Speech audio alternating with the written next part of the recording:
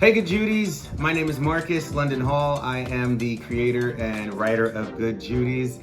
And I'm here with Isaiah Johnson, Hey guys. who was the first assistant wardrobe on the show. We're going to go ahead and watch the show and get some commentary from him to see what his ideas were. He had a team that he was working with, right? You working with a team? Yes, so it was me and my homegirl, who's one of the baddest costume designers around. Her name is Camilla. And we had like a little bit of time and a whole lot of things to do, but the project was great, and it was great going back and forth about it, so I'm really excited to talk about it. Well, everything looked good on set. The characters were dressed very nicely, I think, if I say so myself. And there were some really creative pieces. We're gonna go over and watch this show, and he's gonna give us his commentary on what they were thinking when they put things together, okay? All right, let's do it. Okay, so we'll probably talk about music at a later time. Mm-hmm. However, I've gotten quite a bit of comments from the show About the song? about the opening song. There was a few comments that were asking, where do I find this opening number? Because it's so cool. The funny thing is, all of the music was made specifically for Good Judys, so we don't really have a soundtrack. The guy who made this music, his name is K. Ross. He's an artist in California who's doing his own thing, but he's considering putting out a Good Judy soundtrack just so that he can put this track on it. So here we see the dog in Burberry. And these montage scenes, you weren't really trying to, like, what was your goal with the montage scenes? So we were tasked with creating uniforms for different jobs. And so me and Camilla kind of put our heads together about different names of the types of businesses that will be run. Okay. And so all of these designs for the t-shirts, I actually made these in my computer and sent them over.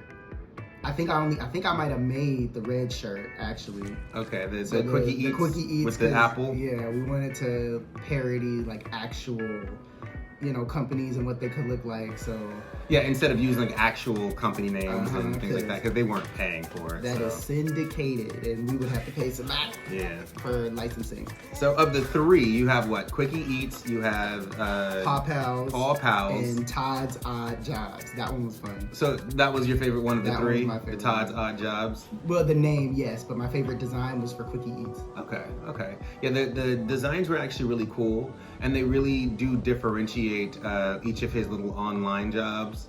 Paw Pals was honestly my favorite because I got to hang out with Milo Aloysius, who is doing an amazing job in this shot, by the way. He looked at the camera too many times. He was looking at the camera. You're looking at the camera, Milo. Look away. He really was confused, though. Yeah, he had no idea what was going on. Okay, so here we have Jordan and his throuple. What was the idea with these fashions, and what are they wearing? Okay, so this is to, sell the idea of Jordan is living, more than likely beyond his means. Mm-hmm. So we try to give a story to each of the characters. So we had to source a couple designer pieces, which isn't that hard to do in New York City because everybody wears designer pieces. That's true. And if you don't, you can find a knockoff somewhere, and That's true. people will pay for an outfit before they pay their rent. So that was kind of what the vibe was, and we wanted to create something that wasn't overly audacious that he couldn't be able to afford, but something that is also like, what is a hallmark of like, yes, regular people that come into a little bit of money, how do you dress? Okay, all right, that makes sense with the look, and I do understand the contrast between Marcus wearing a uniform in this scene and Jordan wearing, what is that, Versace robe? Yeah, that's a Versace robe, which is like your run-of-the-mill. Yeah. I got a little extra money with my bonus. Like the first thing I'm gonna get when I get Versace is a robe. Versace robe. Yes. So we wanted to kind of make it a little surface level. Yeah, it definitely reads well, and the contrast between Marcus and Jordan is definitely stated there. Now, what do we have Marcus in here? All right, so this outfit here, we actually found the top and the pants at H&M. Okay. So, you know, we tried, look, you got to ball on the budget, and we have to speak to where the characters are. That's true. The jacket, I think the jacket actually belonged to somebody. I don't think that was a new jacket. I think we borrowed that jacket. Yeah. But I love the Black Panther's little tag that's on there. Yeah, it's little odds and ends to like tell the story that that's why I took that from you actually. Like right before we started shooting, I took that pin and I put that on the jacket. Okay, guys. Same with the pin that Amir's wearing. Yep. That was like a last minute ad. So was the ascot. We wanted to like add a little something to it, so we cuffed his shirt sleeves and we added the ascot last minute. Now, what was the approach with dressing Amir in this scene? We wanted to portray that he was stylish, that he's definitely stylish, but not like Jordan where he's living within his means. So he's just savvy. He's very much like aware of like how much money he has. That's not gonna stop him from looking nice. And it's like more like quiet luxury. Well, not even quiet luxury, just like being because quiet luxury kind of denotes like you're trying to sell that you have more money than you do. Okay. He's just a smart dresser. Okay. So like people who dress smartly, they're able to mix things. They may have a handful of like expensive things, but it's not their whole closet. It's not their whole closet. So that makes sense. So like that a good pair of jeans, a really good coat, a really good everything, and then you can just fill in the blanks with things. And that was kind of how we wanted to date him. So we. Oh yeah, I remember that. Oh, this shirt. Now, who's on the shirt here? That is a photo of Sade Adu, which is an amazing artist that I think if you don't love, you're fake. We actually found that in Harlem. Okay. So we found that at a shop in Harlem on 125th. Well, Camilla found it in Harlem on 125th. And she brought it in. What y'all don't see is the leather pants. Oh, that she's wearing, Eric, that goes with the AKA whole Giovanni Samuels. I mean, this is a full look. lovely and incomparable Giovanni Samuels was a part of this cast, and she brought a lot to this project. She was executive producer, which means she was there for every single scene. She was helping the directors and helping the actors get into their character and understand how to deliver the lines better. And this scene was career highlight, you know, to be cross, you know, a legend, you know. And this was a lot of fun. Those earrings were borrowed. The head wrap is hers. The bracelet is hers. And then she has on a pair of pumps too. Those pumps were hers. Oh yeah, she was wearing them pumps. Yeah, she was wearing them pumps. We had to get, again, we got creative. We understood that this was mostly being shot from like the waist up, but we wanted to complete the full look because that helps people get into character when they have a full look on. Definitely. I do also like the shirt that Marcus is wearing because it does say room to grow. And this whole episode is about him trying to grow. It's almost like he's looking for ways to grow, and he's just keeps getting his head hit against the wall. Yeah, and if you notice, everyone in this show kind of has their own little color palette, their own little story that we're telling.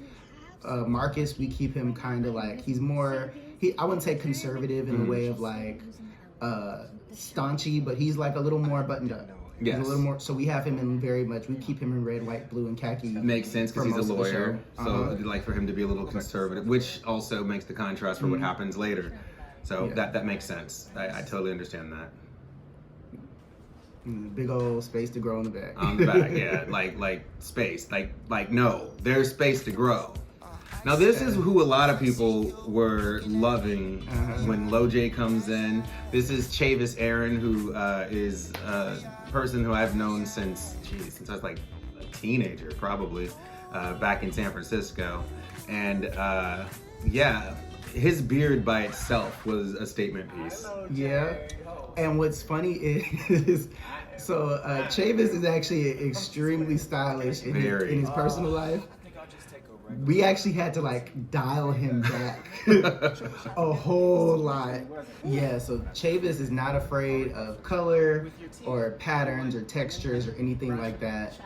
Sidebar, to kind of circle back to the Langston bruise. Oh yeah. That was something that we had to come up with a concept for the coffee shop. For the coffee because shop. we didn't have a name. We in the And script so- it just said coffee shop So for me the and longest. Camilla were talking, and I was like, "Well, it's in the In heart of Harlem, Harlem." yeah.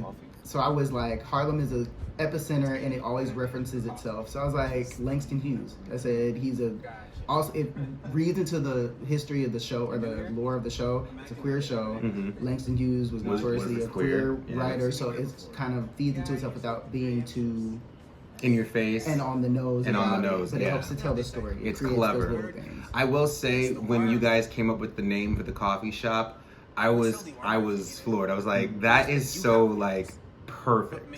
Like I personally thought it was perfect. I still have the logo on my personal laptop because remember we printed stickers for the cups. Right. So I still have like one of the stickers that I snuck away, and it's on my laptop as a reminder of just how much fun it was to film this episode. Yeah, I forgot all about that. I remember it just kind of like popped in our heads. Like, that makes sense. Let's do that. Yeah, Langston Hughes, Langston Brews. And honestly, I'm really surprised no one in Harlem, of all the coffee shops we have, no one has come up with that name yet. At all. Like, Because Brooklyn has a Basquiat spot. really? Yep, it's a Basquiat coffee shop in Brooklyn. Wow. I mean, hey, maybe that'll be something we do. Because of the show, we'll create a Langston Brews coffee shop. No, because we're filmmakers and storytellers. But if someone wants to license that, like, just kidding. So, this was another scene that was really interesting. The banter between the two going back and forth and talking about basically what he was, you know, what Lo J's situation was at all.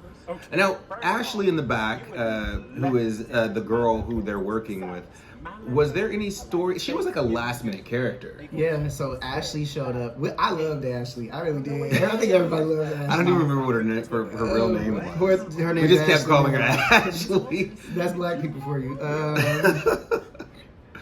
So, that we showed up. So mostly for her, it was just prep. Minor makeup was done for her and everything, and then that was her own T-shirt. Oh, So we just outfitted her with the apron. Not me. So yeah, we needed someone for like comedy, like comedic relief, She was like the just perfect- like slapstick kind of sort of. I just want to follow her. I want to see where Ashley goes. No, she's got some stuff going on in the show for sure, and it was a last minute thing because the show is a comedy, but it's more of a dramedy. So there's comedic things that happen, and sometimes you just need someone to just break that tension. And she's the perfect bubbly. We have a whole backstory for her now. The backstory, which makes sense. Right. I remember that bracelet that you had on. We added that late. What bracelet? That bracelet. What am I You wearing? have like a gold bangle on. That we were like, he needs something there. I'm big about accessories, so I was like, he needs something. So if you look, everybody has on a necklace or That's true. I have on earrings and earrings that like, and everybody has like their staple thing, right?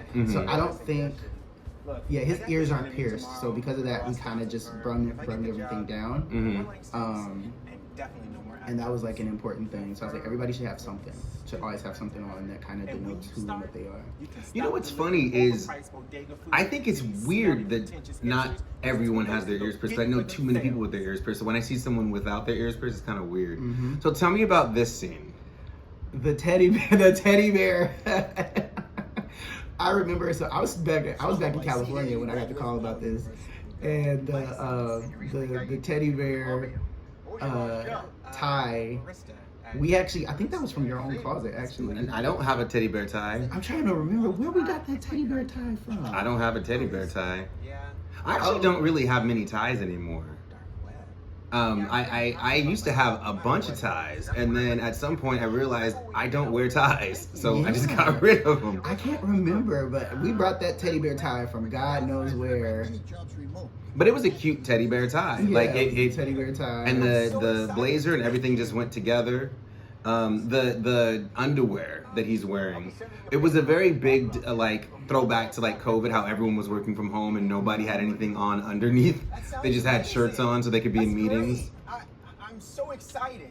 And the actor who plays the guy who's interviewing Marcus, he was a last minute addition too, and he came in and did a great job. He did a great job. Because he didn't even know the script. He just showed up and kind of was reading it as it was going. And it didn't make any sense for him to try to memorize it because interviewers are looking at papers anyway. So this scene was pretty interesting to film, mostly because it was a tight space and we were trying to make it not look like, you know, bunched up. But there's really no fashion here. He's just wearing a wife beater and some sweats. He's at home chilling, right? But that's what wardrobe design is. You're not necessarily, sometimes it's about being fashion forward. And a costume sometimes. But for the most part, it's about creating a life. Helping people to like design and giving story. Fashion is a tool of communication. Okay, so here we go. Go ahead. Tell me about Beverly. So that shirt is also from another shop in Harlem. It has a Solange icon on it. We ended up doing the one earring Hey, Bev. last minute. I think we had ended up. We lost the earring. There was some up where we couldn't put the other earring. Amir. But it works. Yeah. Speak of the devil. Yeah, that's another H&M Zara find. Do you remember and then that's from another shop. The Black Hamptons, I loved. Yeah. When we started setting up for that scene, filming his, and you saw the Black Hamptons, I wanted that so bad. And then him having a picture of Barack Obama on the refrigerator, it just all kind of came together. Right. The whole cast is very like subtly like. Yeah, subtly, people, you know, like Afrocentric and Black Power. Okay, so I'm just noticing the MTA card that she has in her back. Yeah. So like we wanted to really make her Big Bev like really, you know, round the way, you know, like Harlemite, like born and raised in the city, like someone who's not afraid. Like there's a type of woman that lives in New York who is unabashedly like she is 1,000% okay with being on the nose about being from New York, and so because it's like from a genuine place, it's not tacky. Yes, that's true. I agree with that. And the funny thing is, the character Beverly, the person who played her, Latoya, she is from Harlem, born and raised in Harlem. When we were filming promotional stuff, we were going around to different places and we couldn't go anywhere without people like waving at her and giving her hugs and catching up. And she's like, well, I'm a Harlem girl. It's like, well, Latoya was a riot. She was so much fun. She was fun. And she was actually funny. She has some really funny scenes in other episodes. You'll see. She's hilarious. Now, Marcus, here in this scene, what do we have him in here? So again, it was freezing, so we were kind of dressing for the weather during this time, but we wanted to make it so that way it didn't denote a season. We wanted it to kind of be like, what year is it? Is it April? Is it February? We don't really know. So we wanted to make sure that A, we were making sure you guys were warm, and B, that we were being that we weren't like committing to one time. Now mind you, yes, every character has their own like specific color palette, but little minor deviations of that, as long as it still reads what fits the character, it makes sense. Yes, and I will say, your choices on the show and even up to this scene have just been great. Now, what was a miss was these underwear in that scene were actually sponsored, and we couldn't get close enough to actually see what was going on with that. So yeah, we gonna have to get some non-sponsored panties next time. Yeah. So as we see, so we have the same jean jacket, the same sort of totem. Now we have a Coming to America t-shirt, which I loved. Another ism. Loved that. So if you see everybody, like our graphics are really bold that we use. And that's kind of like something that we use, and we're big on trying to use designers in the area, use stores in the area, so that way it can it like calls back to home. It feels real. It doesn't feel like we're just like importing a bunch of things from other places. Gotcha. And then Marcus has on a little Howard set. So this is a two-piece. Yeah. So it's a matching Howard set. A designer Tabitha in Brooklyn. My girl Tabby. Yeah. She makes she has licenses with these colleges to make merch for them, and so she did an amazing job. Yeah, I actually like that outfit so much. I actually kept it. Yeah. I've seen you wear it a couple times. So. And then what's crazy is when I wear it out in Harlem, like people be nodding at me. Like HU, you know. Yeah, and it's like, I don't really know because I didn't go to HBCU. I went to Howard. I wish I did though. You did go to Howard. For one semester. But hey, you went to Howard. You went to Howard. Yeah, this scene was interesting to film as well. Mostly because it was in a bathroom. So very tight space. Yeah, I don't understand. There's like 30 people in there. Literally. and between each take, there's like a makeup person squeezing through those 20 people to make sure things still look good. But this was really interesting to film as well, because I was trying to look as surprised and shocked as possible. Right. But I looked like right at bushy tail. Yeah, so we see everybody has like their same sort of deal. Like Marcus is 2 chains, always present. 1 or 2 of them are always present. Same gold earrings. Because it's very rare that like guys really change their accessories all that much. That's true. Unless you're like me, I change my earrings and well, my you're a necklace, fashion all the guy, time. And you mentioned earlier that you're big into accessories, so that makes sense for you. So we try to get everything there. So for this one, it was about making it so that way if we had to take things off, the things were being taken off. The things are still good. Things were taken off, making sure that we were respecting everybody's privacy and all that stuff like that. Scenes like this you have to be really sensitive about. Yes. And these are things that have to be taken into consideration.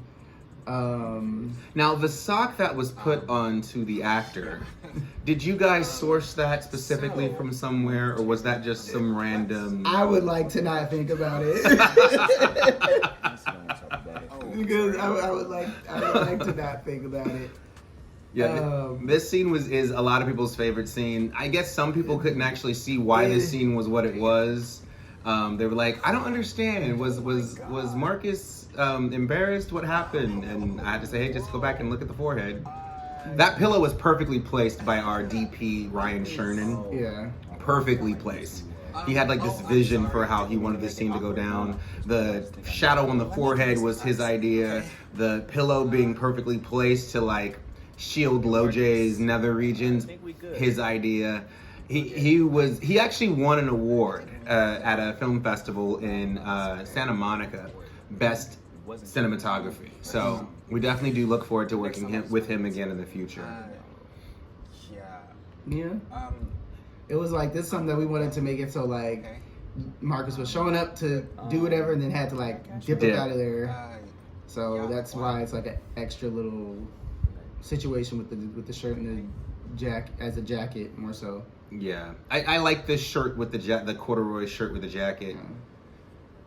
Now, what do we have Aaron in? Okay, so this set actually belonged to Giovanni. Oh, this is actually her set.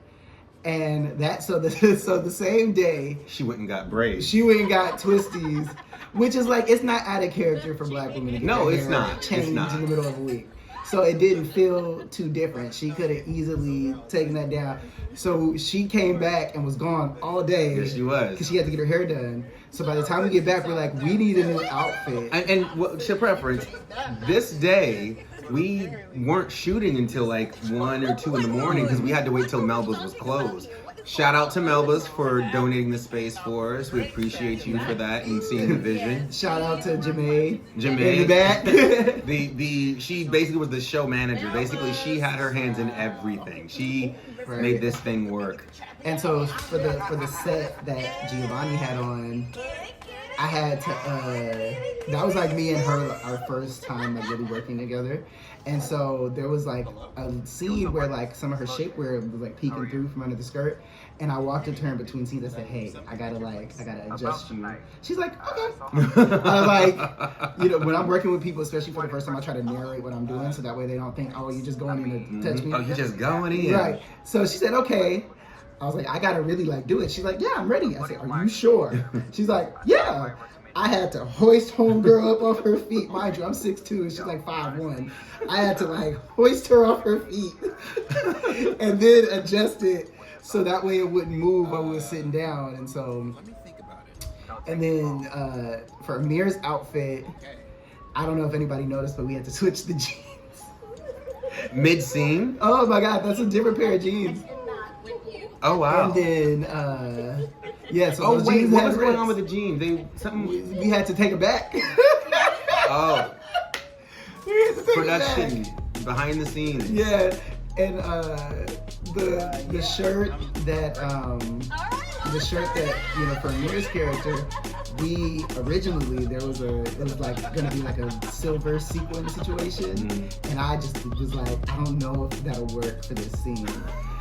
And so, but like it was like nah, like we should do it. I was like, I promise you, I don't think this is gonna work because it'll be too distracting. Yeah, for yeah, the yeah. scene. Especially for him and wanted his everything to character. read. Yeah. I hid that sequin shirt. I hid it. So he wouldn't look for it? I hid it until after we were done shooting. Oh, here he was. I hid it until after I said, put this on. And so yeah, that's how that shook out. And so it winded up being like one of the calling cards, you know, for the actual thing. And then shout out to Sean London. Sean London. For the designer pieces. That's that man. The second assistant he wardrobe. He will hunt down. Oh, he knows how to hunt down the fine stuff, that's sure. So it was just a lot of fun. It was a great experience. I was glad to be a part of it. Well, it's been a pleasure having you on to talk about, you know, your contribution to the show. I wish we had Camilla here. She's very busy. She's actually a costume designer on Broadway and has all kinds of projects all over the country. Hopefully we'll get to talk to her in a future episode. But you have some other stuff going on, don't you? Yeah, I have some other stuff. So currently I've delved into the world of like celebrity styling and event styling and things of that nature. I do want to get back into like costuming and, you know, doing things for the stage and screen because it's a lot of fun. Yeah, I think it's fun to tell a story. And I think you're really good at that too. Yeah, that was like a big thing for me is making sure we're telling the right story. And also I'm launching my brand during Fashion Week in September. Okay. Yeah, it's called Chandler, Chandler. Okay. And we launch in September during Fashion Week. It'll be like a really big thing, and I'm excited for you guys to see. You guys may even see some of the pieces in the upcoming season. So, ooh. Yeah. I hope I can fit something that you're gonna have. We'll have to make them fit. It's not about if it fits. It's about making it fit. Making it fit. That's a true fashion guy. Make it fit. You gotta make it fit. Tailoring is big. I tell people, wear your clothes, tailor your clothes, make it wider, make it smaller. It's about making the clothes fit you, not you fitting your body into a box. Gotcha. Well, when you buy off rack, it's the opposite. But when you're dealing with a designer, they will make it fit your body. Isaiah, it's been a pleasure. Likewise, thank you for having me. No problem. We have his socials in the comments down below. Be sure to check out his TikTok, check out his Instagram, and look out for more commentary from other people who worked on the pilot episode of Good Judys. Keep in mind, we are trying to film the rest of the season. We have 8 episodes in total. So you've seen the pilot. We have 7 more to show you.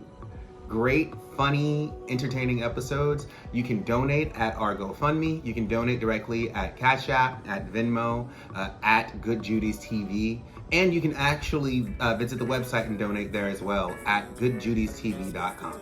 It's been a pleasure. Thank you guys for tuning in, and we'll see you guys next time.